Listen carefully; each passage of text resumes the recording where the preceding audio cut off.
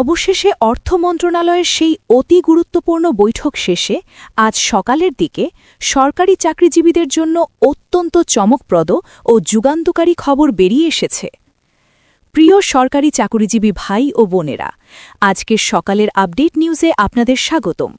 যারা আমাদের চ্যানেলে নতুন তারা এখনই চ্যানেলটি সাবস্ক্রাইব করুন, আর হ্যাঁ, অবশ্যই কমেন্ট করে জানাবেন আপনারা কে কোন জেলা থেকে আমাদের ভিডিওটি দেখছেন।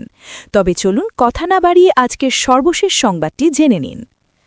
নতুন রাজনৈতিক সরকারের অর্থমন্ত্রী আমির খসরু মাহমুদ চৌধুরী এবং মাননীয় প্রধানমন্ত্রী তারেক রহমান যৌথভাবে দেশের লাখো কর্মচারীর জন্য ৩টি বিশাল ও ঐতিহাসিক সুখবর দিয়েছেন, যা তাদের দীর্ঘদিনের জমে থাকা বঞ্চনা ও হাহাকারের চিরতরে অবসান ঘটাবে বলে মনে করা হচ্ছে। সবচেয়ে বড় চমক হিসেবে বাড়ি ভাড়া মূল বেসিকের ৭০% পর্যন্ত বৃদ্ধি এবং বাৎসরিক ইনক্রিমেন্ট ৫% থেকে ১ লাফে ৮% উন্নীত করার মতো অত্যন্ত যুগান্তকারী ও অভাবনীয় কিছু সিদ্ধান্ত এই বৈঠক থেকে উঠে এসেছে। মাননীয় প্রধানমন্ত্রী এ বিষয়ে অত্যন্ত দৃঢ় ও সহানুভূতিশীল বক্তব্য রেখেছেন। আজ সকাল ৯ ঘটিকায় রাজধানী ঢাকার সচিবালয়ের অর্থ মন্ত্রণালয়ের সম্মেলন কক্ষে একটি অত্যন্ত উচ্চ ক্ষমতাসম্পন্ন ও নীতি নির্ধারণী রুদ্ধদ্বার বৈঠক অনুষ্ঠিত হয়। অর্থ মন্ত্রণালয়ের এই মেগা বৈঠকে সভাপতিত্ব করেন নবনিযুক্ত অর্থমন্ত্রী আমির খসরু মাহমুদ চৌধুরী। তিনি তার প্রারম্ভিক বক্তব্যে বর্তমান বাজারের ভয়াবহ মূল্যস্ফীতি এবং সরকারি কর্মচারীদের জীবনযাত্রার মানের চরম অবনতির চিত্রটি অত্যন্ত স্পষ্টভাবে তুলে ধরেন। শুধু তাই নয়, তিনি সদ্যবিদায়ী অন্তর্বর্তীকালীন সরকারের রেখে যাওয়া পে কমিশনের চেয়ারম্যান ড জাকির আহমেদ খানকে সরাসরি নির্দেশ দিয়েছেন তাদের তৈরি করা খসড়া রিপোর্টটি অবিলম্বে সংশোধন করার জন্য, কারণ বর্তমান সরকার এই খসড়ায় কর্মচারীদের অধিকারের ব্যাপক ঘাটতি ও অমানবিক বৈষম্য লক্ষ্য করেছে। তাই চূড়ান্তভাবে কর্মচারীদের স্বার্থে সকল কিছু সমাধান করে অত্যন্ত দ্রুত সময়ের মধ্যে নবম পে স্কেলের গ্যাজেট প্রকাশের অত্যন্ত স্পষ্ট ও জোরালো ইঙ্গিত দেওয়া হয়েছে এই বৈঠক থেকে। বৈঠকে দেশের প্রথিতযশা অর্থনীতিবিদ ও পলিসি মেকাররা উপস্থিত থাকায় তারা অত্যন্ত যুক্তিনির্ভর আলোচনা করেন। তারা বলেন, আমরা সেই অন্তর্বর্তীকালীন সরকারের আমল থেকেই কর্মচারীদের যৌক্তিক বেতন বৃদ্ধির বিষয়ে বারবার আলোকপাত করে যাচ্ছি, কিন্তু তখন কোনো কাজ হয়নি। আমরা বিগত মাসগুলোতে দেখেছি রাজপথে সাধারণ সরকারি কর্মচারীদের চরম আর্তনাদ ও মানবেতর জীবনযাপনের চিত্র।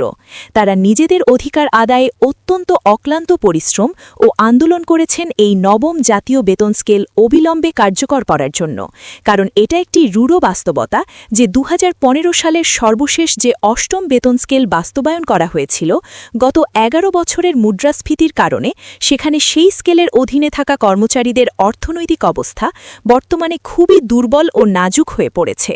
তাই তাদের সকল দিক, বিশেষ করে পরিবারের ভরণপোষণের বিষয়টি গভীরভাবে বিবেচনা করে তাদের হারানো অর্থনৈতিক শক্তি ফিরিয়ে আনতে চূড়ান্তভাবে এবং অত্যন্ত দ্রুত গতিতে বেতন বৃদ্ধি করা এখন সময়ের সবচেয়ে বড় প্রয়োজন।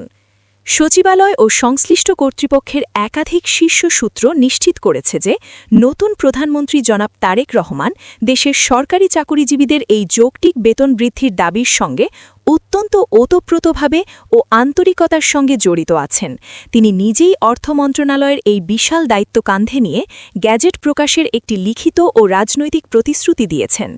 প্রধানমন্ত্রী তারেক রহমান চাচ্ছেন কোনোভাবেই আর আমলাতান্ত্রিক লাল ফিতার দৌরাত্মে সময় বিলম্ব না করে অত্যন্ত দ্রুততম সময়ের মধ্যে এই ঐতিহাসিক গ্যাজেট প্রকাশ করা হোক।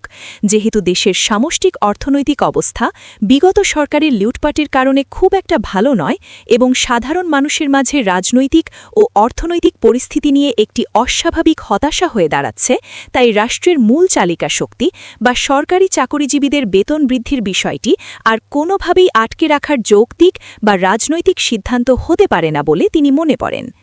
এই বাস্তবতায় অর্থ মন্ত্রণালয় থেকে অত্যন্ত কড়া নির্দেশ এসেছে যে আগামী ১ মাসের মধ্যেই নবম পে স্কেলের গ্যাজেট বা এটি কার্যকর হওয়ার আনুষ্ঠানিক ঘোষণা আসবে। এই ঘোষণার সবচেয়ে বড় চমকটি হল বাড়ি ভাড়া ভাতা। বাড়ি ভাড়া মূল বেসিকের ৭০% পর্যন্ত রাখার মতো একটি অভাবনীয় বিষয় সম্পূর্ণ একমত দিয়েছেন প্রধানমন্ত্রী তারেক রহমান। প্রধানমন্ত্রী তারেক রহমান অত্যন্ত বাস্তবসম্মতভাবে বলেন, বাড়ি ভাড়া মূল বেসিকের ৭০% পর্যন্ত রাখা হলে তবেই কেবল একজন সাধারণ সরকারি কর্মচারী ঢাকা শহরের মতো একটি ব্যয়বহুল স্থানে তার পরিবার পরিজন নিয়ে মোটামুটি সাবলীলভাবে ও কারো কাছে হাত না পেতে জীবনযাপন করতে পারবেন। বর্তমান সময়ে বা ২০১৫ সালের পুরানো ও সেকেলে নিয়ম অনুযায়ী গ্রেড ভেদে মাত্র ৪৫ থেকে ৫০% হারে বাড়ি ভাড়া দেওয়া হচ্ছে, যা বর্তমান বাজারের সাথে রীতিমতো একটি উপহাস। এটা দীর্ঘ ১১ বছরের একটি বিশাল ব্যবধান থাকায় এবং শহরের বাড়ি ভাড়া কয়েকগুণ বেড়ে যাওয়ায় সাধারণ কর্মচারীদের মাঝে ব্যাপক অস্বাভাবিক ও চরম হতাশার পরিস্থিতি হয়ে দাঁড়িয়েছে। তাই তারা দীর্ঘদিন ধরে বাড়ি ভাড়া বৃদ্ধির জোরালো দাবি জানালে নবনির্বাচিত সরকার এবং মাননীয় প্রধানমন্ত্রী তারেক রহমান তাদের সেই কষ্ট উপলব্ধি করে সর্বোচ্চ ৭০% হারে বাড়ি ভাড়া রাখার এই যুগান্তকারী সিদ্ধান্ত গ্রহণ করেন। কিন্তু রাষ্ট্রের কোষাগারের কথা বিবেচনা করে এখানে অত্যন্ত